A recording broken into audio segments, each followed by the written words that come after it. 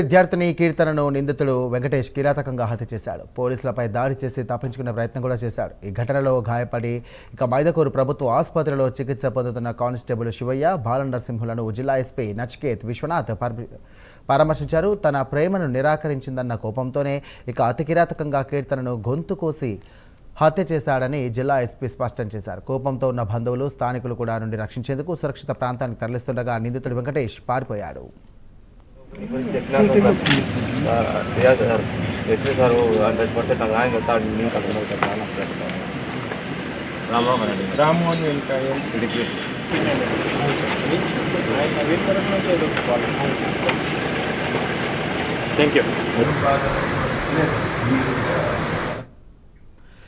నిందితుడి ఆచూకీ తెలుసుకొని అదుపులోకి తీసుకునేందుకు కూడా ప్రయత్నించగా పోలీసులపై దాడి చేసి మరోసారి పారిపోయేందుకు ప్రయత్నించాడని, లొంగిపోమని పలుమార్లు వార్నింగ్ ఇచ్చినప్పటికీ వినకపోవడంతో 2 రౌండ్లు గాల్లోకి కాల్పులు జరిపామని తెలియజేశారు. అయినా కూడా లొంగిపోకపోవడంతో మోకాలి కింద కాల్చి వచ్చిందని చెప్పారు. గాయపడ్డ పోలీసులను నిందితుడు వెంకటేష్ ముగ్గురిని కూడా మైదకూరు ప్రభుత్వ ఆసుపత్రికి తరలించామని తెలియజేశారు. మహిళలపైన, చిన్నపిల్లలపైన దాడులకు పాల్పడే వారిని ఉపేక్షించమని, కఠినంగా శిక్షిస్తామని కూడా ఎస్పీ నచికేత్ విశ్వనాథ్ హెచ్చరించారు.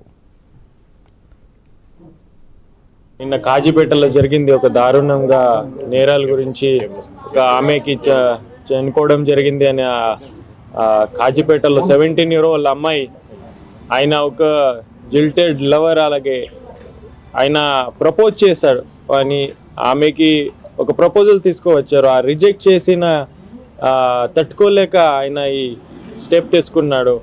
అన్ఫార్చునేట్లీ ది ఇన్సిడెంట్ జరిగింది. ఆయనకి ఆల్మోస్ట్ చంపేయడానికి చాలామంది ఆక్రోశంలో వచ్చారు. ఆ క్రమంలో ఆయనకి సేఫ్ కస్టడీ, సేఫ్ లొకేషన్లో ఉన్న షిఫ్ట్ చేయడం మేము తీసుకువెళ్ళాము. అక్కడ పారిపోతే మళ్ళీ ఒక సెర్చ్ పార్టీ ఏర్పాటు చేయడం జరిగింది under leadership of inspector Kazipet. మళ్ళా ఒక ఇన్పుట్తో ఆయన ఒక లొకేషన్లో మన సెర్చ్ పార్టీ వెళ్తే ఆ రోజు మర్డర్ చేసిన తర్వాత ఈవినింగ్ టైంలో తర్వాత మళ్ళీ పోలీస్ మీద తిరిగి పడ్డాడు, పోలీస్ మీద అటాక్ చేశాడు. ఆ క్రమంలో మనమే వార్నింగ్ చేసాం గట్టిగానే. తర్వాత కూడా వినకపోతే ఒక ప్రికాషనరీ రౌండ్ ఫైర్ చేయడం జరిగింది. ఆ కాషనరీ రౌండ్ ఫైర్ చేసిన తర్వాత కూడా ఈ అగ్రెసివ్ బిహేవియర్ తగ్గలేదు. తర్వాత ఇంకా 2 రౌండ్స్ ఫైర్ చేయడం జరిగింది. ఒక రౌండ్ ఆయన కాలులో ఇంజురీ అయింది. నిందితులు అండ్ పోలీస్ మన ఇంజూర్ పార్టీ కూడా మనం ఇక్కడ హాస్పిటల్ తీసుకువచ్చామో.